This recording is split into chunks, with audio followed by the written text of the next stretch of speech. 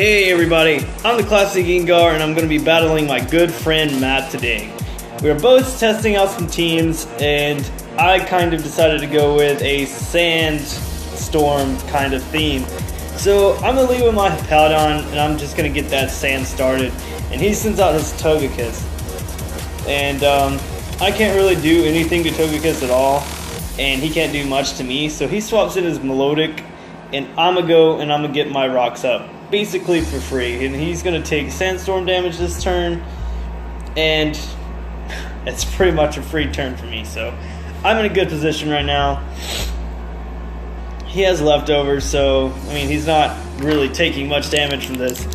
So I'm going to swap out, I'm going to bring in my Ferrothorn, predicting the Scald, and even if he went for Ice Beam, which also would have been pretty super effective, it's neutral, so I'd be in a good spot.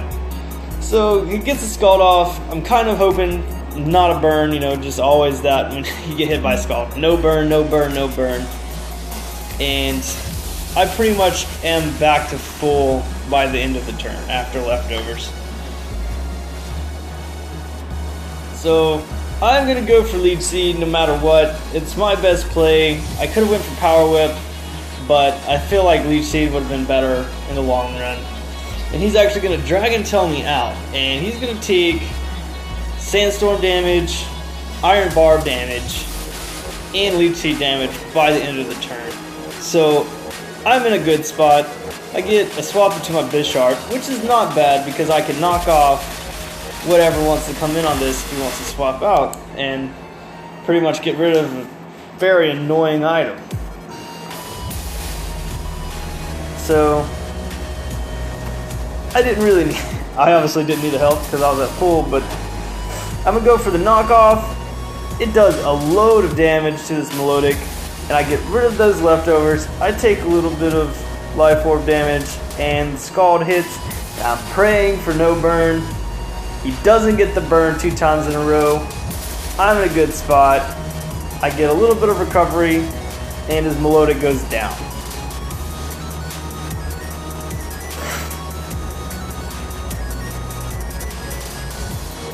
So he swaps in his Garchomp. I'm predicting the Earthquake.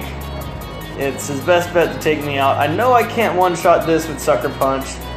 So I go into my Hippowdon and I basically eat up this Earthquake. So it looks like it's going to be like 3 or 4 hit KO.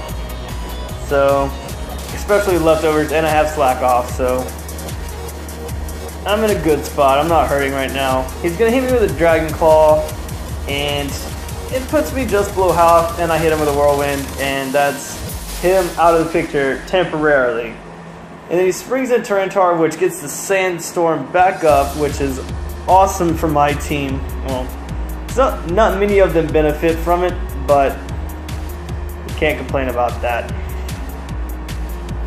He actually decides to set up his rocks this turn, which I think was kind of a bad play considering no one on my team was really weak to rocks.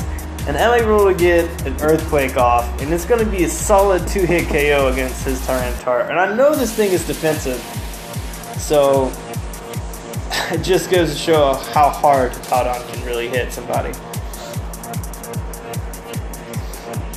So this next turn, he's going to go for Payback.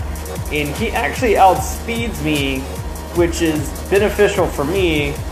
Well, it didn't really matter, honestly, because I would have knocked him out with an Earthquake. But if he was actually slower to me and survived, the Payback would have done a good bit more damage than it actually did. So that's his Tyranitar down, and his Tyranitar can be very annoying to deal with. I've had to deal with it a couple times. Battled him before. Even though we were testing our teams out, I mean, I helped him develop this team somewhat. And he sends out his Mega Pidgeot, and that's just going to be able to outspeed me. I have nothing that wants to swap into a Hurricane.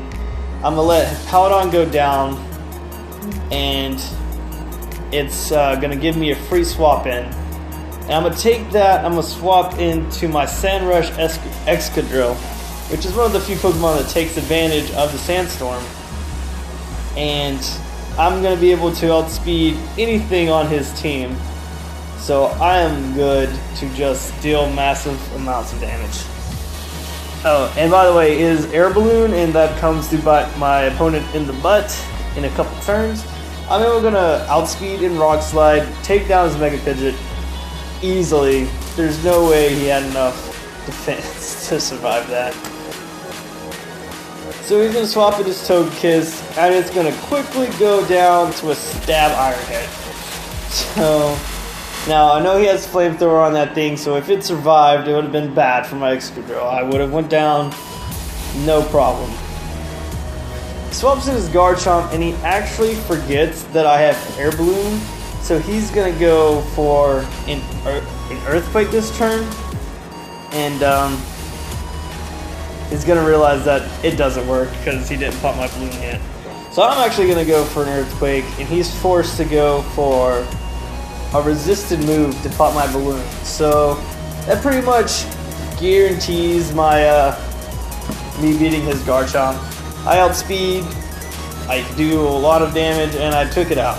So that's Garchomp down, and the only mon he's left with is a Ferrothorn. Now, Ferrothorns can be pains in the butts, especially if they're used right and depending on their set.